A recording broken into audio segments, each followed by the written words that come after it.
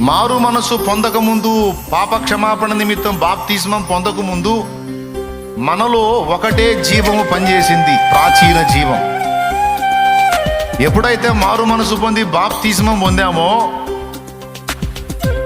మన లోపలికి దేవుని జీవం ప్రవేశించింది. దేవుని స్పర్శ లేదా దేవుని స్పృహ అనేది మనలో స్టార్ట్ అయింది. అప్పటిదాకా సరైన జడ్జిమెంట్ ఇవ్వని మన మనస్సాక్షి అక్కడి నుంచి క్రీస్తు రక్తము చేత పరిశుద్ధ పరచబడి సరిగా పనిచేయటం మొదలుపెట్టింది. ఈ మనస్సాక్షి ఎప్పుడైతే పనిచేయటం మొదలుపెట్టిందో, దైవిక జీవం ఎప్పుడైతే మనలో కొంత ప్రవేశించిందో, అప్పటిదాకా మనకు లేని పరిశీలన, పరిశోధన, ప్రశ్న, ఆవేదన అప్పుడు స్టార్ట్ అయ్యాయి. అర్థమైందా?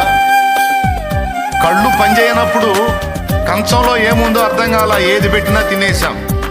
కళ్ళు పనిచేసినప్పుడు అరే తినే కంచంలో అన్ని చీమలే ఉన్నాయని బాధపడ్డట్టు. కళ్ళు పనిచేయకముందు ఆ పరిశీలన మనకు లేదు, ఏదున్నా తిన్నాం, ఏ ఫీలింగో లేకుండా బతికేశాం.